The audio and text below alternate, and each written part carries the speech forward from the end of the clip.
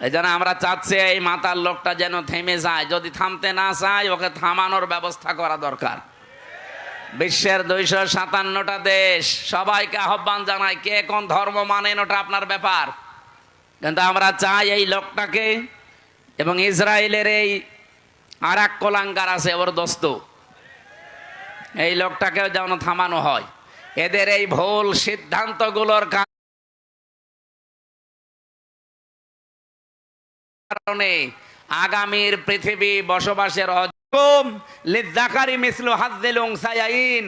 এই পৃথিবীতে এক পুরুষ যা পাবে, দুই নারী তাই পাবে। এটা নদী মেয়েদের প্রতি অবিচার, বৈষম্য। এই জন্য আয়াত পাল্টাতে হবে। কত বড় ক্ষমতা আপনার! এই জন্য ভুল বিবেক বহির্ভূত কোন কাজ যদি কেউ করে ফেলেন, আল্লাহর কসম, আল্লাহ কিন্তু ভুল বিষয় চাপিয়ে দেবে। তখন এই যে দাবানল চলবে, তখন ভূমিকম্প আসবে। আমি আর বাকিটা বললাম না। এই জন্য যারা দায়িত্বে আছেন, আহ্বান করে আপনারা এখনো আপনার বিবেক